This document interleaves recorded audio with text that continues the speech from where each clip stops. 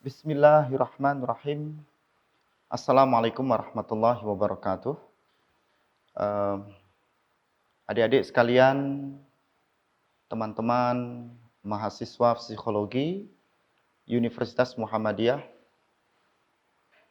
sebagai mahasiswa kami di mata kuliah Filsafat Ilmu, berhubung kondisi situasi yang terjadi dalam kehidupan kita saat ini dengan menyebarnya wabah virus corona, maka perkuliahan kita ganti dengan perkuliahan e-learning ya, insya Allah. Mudah-mudahan ini tidak mengurangi keberkahan, semakin meningkatnya dan bertambahnya ilmu kita.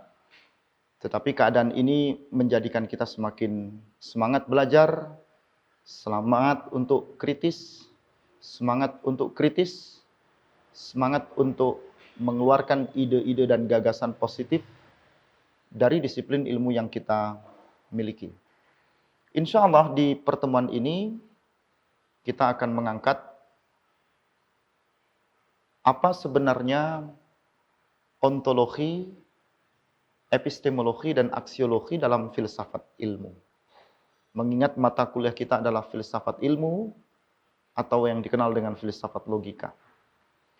Ketika kita berbicara tentang pengetahuan, maka pengetahuan itu tidak akan lepas dari penyangga yang kita kenal dalam penyangga tubuh dari pengetahuan itu sendiri. Penyangga itu yang kita kenal, yang kita sebut tadi 3 itu. Kalau dia tidak ontologi, epistemologi, dia adalah aksiologi. Apa itu ontologi? Dalam bahasa Arab dikenal dengan al-falsafah al-wujudiyah. Yaitu cara berpikir untuk mengetahui wujud, being. Apa wujud itu? Dalam epistemologi, diistilahkan ketika di bahasa Arab, dia dikenal dengan istilah nadhariyatul ma'rifah. Yaitu yang mengantarkan kita pada sebuah pengetahuan. Jadi pertanyaan yang mengarahkan kita bagaimana kita sampai kepada sesuatu yang tadi kita cari. Sementara aksiologi, ini lebih kepada nilai. Lebih kepada fungsi untuk apa pengetahuan yang kita miliki, yang kita dapat, being tadi itu, kita gunakan. Kami ingin mengantarkan terlebih dahulu kepada ontologi itu apa ya? Ontologi dari kata-kata yang lebih akrab dengan bahasa Yunani, dia dari on dan otos. On itu dikenal dengan al-wujud, being, yaitu keberadaan. Keberadaan sesuatu. Artinya apa? Ketika kita berbicara tentang ontologi, maka kita akan mencari apa sesuatu tersebut. Kebenaran apa? Yang kalau ini kita hubungkan dengan pengetahuan, maka kita berusaha untuk mencari kebenaran daripada pengetahuan itu. Wujud apa yang ada pada pengetahuan itu? Coba dalam kondisi kita saat ini, kita dihadapkan kepada virus corona. Ya. Maka ontologi ini akan berbicara tentang apa? Pengetahuan yang ada. Wujud yang ada. Yang mengantarkan kita kepada sebuah kebenaran untuk mengenal corona itu sendiri. Karena dalam tradisi pemikiran filsafat, karena filsafat ini adalah mencari sebuah kebenaran, philo and sophi. Ya. Philo itu artinya al-hub, sophi itu artinya al-hikmah. Philo artinya mencintai, sophi artinya hikmah, kebijakan. Berarti ada sesuatu yang ingin dicari dari sesuatu yang bijak, yang benar, yang mengantarkan pada kebenaran dari sesuatu yang ada. Nah, dari sini sebenarnya kita akan melihat what is being? Apa yang ada itu? Tentunya di sini tidak cukup di situ. How is being?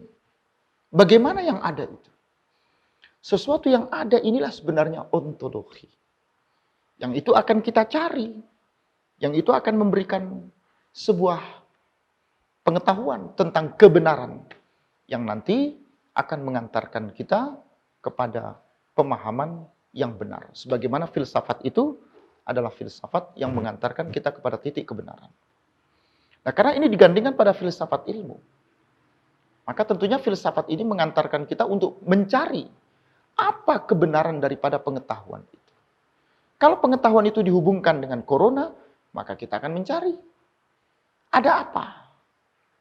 Sesuatu yang ada di balik musibah wabah corona itu sendiri. Nah, dari sini sebenarnya ontologi berkembang. Cara berpikirnya berkembang. Sehingga memunculkan beberapa aliran. Ada yang kita kenal dengan aliran dualisme, ada yang monoisme, ada yang pluralisme, ada yang idealisme, materialisme, nihilisme pun ada. Ini kan tergantung cara pandangnya. Nah, lebih detailnya nanti dibuka apa yang ada di dalam slide yang nanti kami sampaikan di e-learning itu. Adik-adik bisa melihat di situ ada beberapa tugas yang berhubungan dengan ontologi, nanti bisa dilihat. Yang kedua, filsafat ilmu tidak lepas dari proses mencapai sebuah kebenaran melalui epistemologi.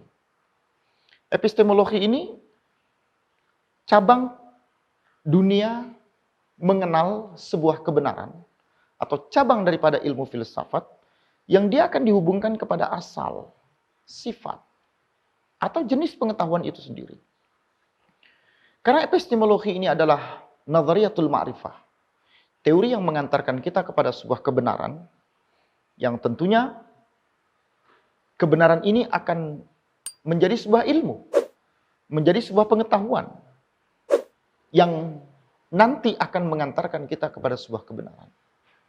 Dalam istilah lain, dia dikenal dengan theory of knowledge, yaitu teori yang mengantarkan kita kepada sebuah proses mengetahui sebuah pengetahuan. Nah, kalau ini dihubungkan kepada corona, bagaimana sebenarnya kita mengetahui itu corona? Kalau tadi apa itu corona? Ketika di ontologi, wujud daripada corona itu sendiri. Sekarang ketika kita hubungkan secara epistemologi, berarti ada pengetahuan, ada sumber, ada rujukan. Yang dimana pengetahuan itu, ketika kita jalani prosesnya, maka kita akan mengenal.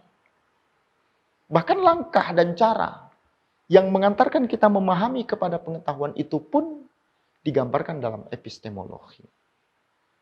Nah, tidak sedikit ketika orang berpikir untuk mencari sebuah kebenaran melalui jalan yang benar. Tidak sedikit orang yang mau berpikir bagaimana menyampaikan dirinya pada proses sebuah kebenaran dari pengetahuan yang dia dapat. Ya. Artinya apa di sini? Disadari maupun tidak. Semua orang itu ingin mencari sebuah kebenaran. Tapi bagaimana dia sampai kepada titik kebenaran itu? Tidak cukup secara ontologi. Ada yang melihatnya secara epistemologi. Dari sini sebenarnya, peranan epistemologi ini cukup kuat dalam dunia keilmuan. Bahkan tidak di dunia keilmuan. Dalam membangun peradaban sekalipun, epistemologi ini sangat-sangat berpengaruh. Karena dia akan disampaikan atau dia akan mengantarkan seseorang sampai kepada sebuah titik kebenaran. Nah, namun ada hal yang penting untuk kita ketahui. Tidak mudah kita untuk melihat epistemologi yang benar atau kita kenal dengan epistemologi yang Islami. Karena ada orang yang ingin mencari sebuah kebenaran. Ketika ditanyakan kepadanya, bagaimana Anda bisa mengetahui ini sesuatu yang benar? Epistemologi Islami menggunakan kacamata pendekatan Al-Quran dan As-Sunnah. Artinya, dalam melihat sebuah kenyataan, dalam memandang sebuah realitas, epistemologi Islami berpijak kepada tuntunan-tuntunan yang diajarkan dalam Islam. Artinya ketika ukuran kebenaran, ketika ukuran untuk mengetahui sesuatu yang benar, ketika ingin melihat, mengamati sebuah realitas kebenaran, epistemologi yang Islami bersandarkan kepada tuntunan yang telah Allah turunkan yaitu Al-Quran. Dan itu tentunya berbeda sekali dengan apa yang dibangun epistemologi Barat. Barat melihatnya sesuatu yang dilihat secara realita. Akan tetapi, realita yang dibangun ini berasal dari sebuah hipotesa. Dan hipotesa ini berpijak kepada logika, akal. Semata-mata mengandalkan kekuatan akal manusia. Padahal kita tahu, akal manusia itu terbatas. Pikiran kita ini terbatas. Masing-masing di antara kita tidak tahu ada berapa uang di saku kita. Tetapi epistemologi Barat mencoba memahami sebuah realitas dengan kekuatan apa yang dia miliki, yaitu akal, yaitu rasio. Disinilah sebenarnya ketika kita hubungkan dengan epistemologi yang ada di dalam Islam, tentunya berbeda jauh. Ya, karena epistemologi Islam lebih melihat sesuatu lebih kepada dasar-dasar dan tuntunan Islam.